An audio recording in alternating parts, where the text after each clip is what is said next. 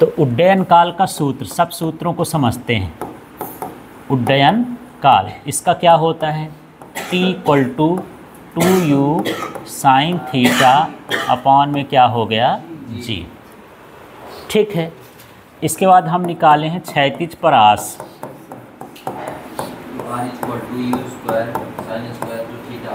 हाँ, r = u² sin 2 theta upon में क्या है g। और तीसरा जो हम निकाल लिए हैं वो निकाले हैं अधिकतम ऊंचाई। ठीक है, तो इसके लिए h = होता है u² sin² थीटा अपॉन में क्या निकला 2g। कभी कभी h के नीचे मैक्स भी लिख देते हैं, मैक्स का मतलब अधिकतम होता है, नहीं भी लिखा है तो ठीक है। ये तीनों चीज़ हम निकाल चुके हैं।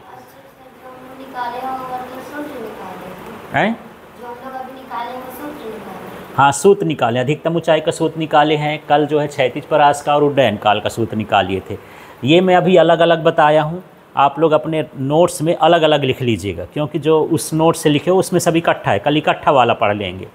अब इसमें मुझे क्या जानना है कि मैं किस कोण से फेंकूं, किस कोण से फेंकूं कि जो परास है वो कैसी हो, अधिकतम। जैसे मान लो मैं इसको बोला कि पत्थर में फेंकना है कि ज़्यादा दूर तक जाए, तो ये चार तरह से सोचता है।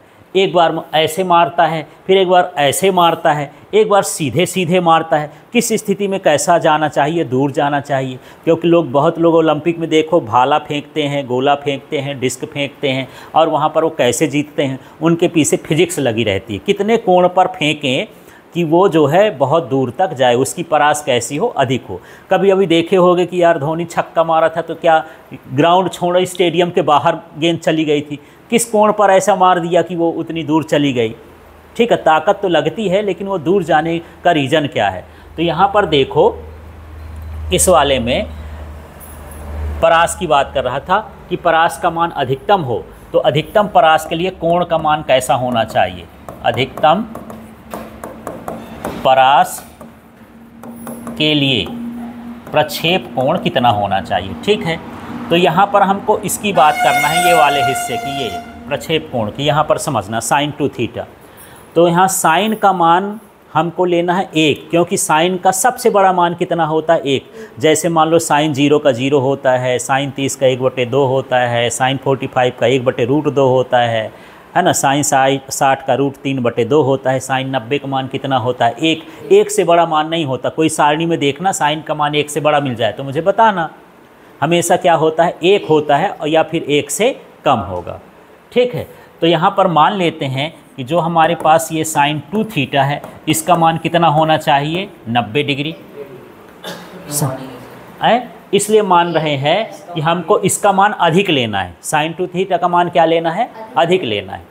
ठीक है, तो इसको मैं 90 न लिख के ऐसा लिख देता हूँ। कब ये sin 90 का मान क्या होता है, अधिक होता है। ठीक है, इसका मान क्या है 1। sin 90 का मान कितना होता है 1, और 1 सबसे बड़ा मान होता है, तो हम बड़ा मान लेके चलते हैं। अब यहाँ से क्या हो जाएगा, साइन कट जाएगा, तो 2 थीटा बराबर कितना हो जाएगा 90 डिग्री। तो थीटा बराबर कितना हो जाएगा 45 डिग्री।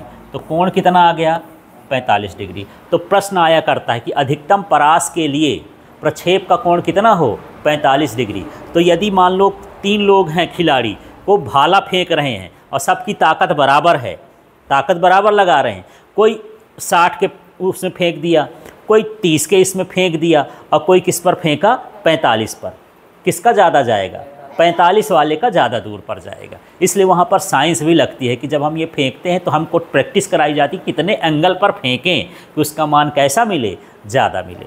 ठीक है, तो क्रिकेट भी खेलते समय जैसे कई बार मारते समय तो छक्का मारते हैं, है ना, तो कितने एंगल पर बैट मुड़ जाए कि वो कहाँ जाए, बहुत दूर जाए। कई बार होता है हम ध्यान नहीं देते तो ऊपर चला गया या फिर नीचे ही गिर गया, मार रहे हैं छक्का, जा ही नहीं रही है, इधर ही हो गई। तो जो लोग प्रैक्टिस किए रहते हैं, एक एंगल बना करके चलते हैं, कितने का एंगल 45 डिग्री का, उनका मान बहुत दूर तक जाता है। प्रक्षेप का माने वो जो प्रक्षेप गति है ये कितने पर होना चाहिए 45 डिग्री पर। तो परास का मान कैसा हो जाता है, अधिक हो जाता है। ठीक है, तो ये समझ में आ गया। अधिकतम परास के लिए कोण का मान कितना होना चाहिए? 45 अंश। ठीक, हाँ ऑब्जेक्टिव में ही पूछता है। अब यहाँ पर अधिकतम ऊंचाई के लिए कोण का मान कितना होना चाहिए? तो यहाँ भी इसका मान हम साइन 90 ही ले लेंगे। तो देखना साइन स्क्वायर थीटा बराबर कितना हो जाएगा?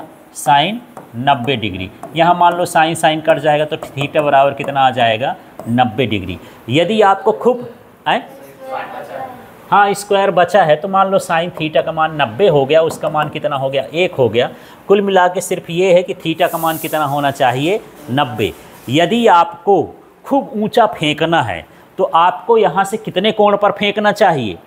90 के कोण पर फेंकोगे, माने तो वो ऊपर जाएगी और सीधे उसी में वापस आ जाएगी।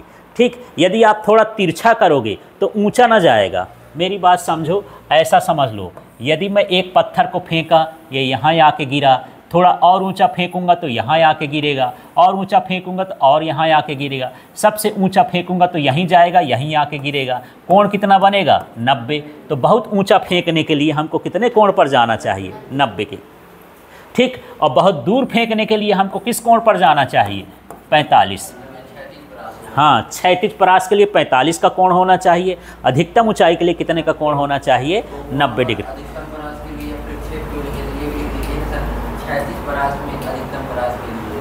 हाँ ठीक है ना, हो गया। अधिकतम परास माने क्षैतिज परास है, वो यहाँ नहीं समझ में आ रहा है, ये क्षैतिज परास है। ठीक है, अधिकतम क्षैतिज परास के लिए कोण का मान कितना होना चाहिए? 45, और अधिकतम ऊंचाई के लिए कितना होना चाहिए? 90 अंश होना चाहिए। ठीक है, बाकी फिर कल देखेंगे।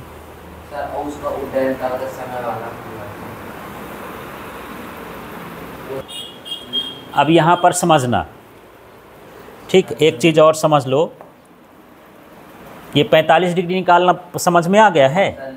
हाँ, यहाँ पर ऐसा भी लिख सकते हो। अब आर मैक्स का मान, अधिकतम परास का मान क्या हो जाएगा? यू स्क्वायर अपॉन कितना हो जाएगा? जी। ये कहाँ से आ गया? इसका मान कितना मान लिए हैं? 1, है ना, तो क्या बचेगा? यू स्क्वायर अपॉन जी। जब साइन 2 थीटा का मान 1 रहेगा तो परास का मान क्या रहेगा? अधिक रहेगा। और 1 लाने के लिए कितना कोण चाहिए? 45 का। हाँ, सूत्र भी जैसे मान लो अधिकतम परास पूछ दिया कि प्रारंभिक वेग इतना है, त्वरण इतना है, इसका अधिकतम परास ज्ञात करो। जैसे मैं उदाहरण के लिए ले लेता हूँ कि कोई वस्तु का u का मान कितना है? 10 है, तो बोला अधिकतम परास ज्ञात करो। अब इसमें ये वाला सूत्र नहीं लगाओगे, कौन वाला लगा दोगे? ये, वो तो अधिकतम दे दिया, अधिकतम दे दिया माने इसका मान कितना हो गया? 1। तो ये हो जाएगा आर मैक्स बराबर u का मान 10 का स्क्वायर, तो 10 गुणे 10 कर दूँ, और जो g का मान होता है वैसे 9.8 होता है, पर कैलकुलेशन के लिए 10 ही ले लेते हैं, तो कितना आ जाएगा? 10 मीटर हो जाएगी। सर अगर नहीं तो अधिकतम ऊंचाई तब इस तरह से निकाल। हाँ, जब मान लो अधिकतम परास की बात बोल रहा, अधिकतम परास के लिए मान निकालने के लिए बोल रहा, तब अब जब सवाल करेंगे तब आपको वहाँ पर समझ में आएगा कि कैसे कैसे होगा। ठीक है, इसी तरह एच मैक्स के लिए क्या होना चाहिए? यू स्क्वायर अपॉन क्या हो गया? 2g। ठीक, ऊंचाई का सूत्र ये है, पर इसमें इसका मान 1 मान लेंगे तो यहाँ ये आ जाएगा। ठीक है, ठीक है, तो मैं अब जा रहा हूँ, अपनी छुट्टी कर लेता हूँ। अब आप लोग जानो।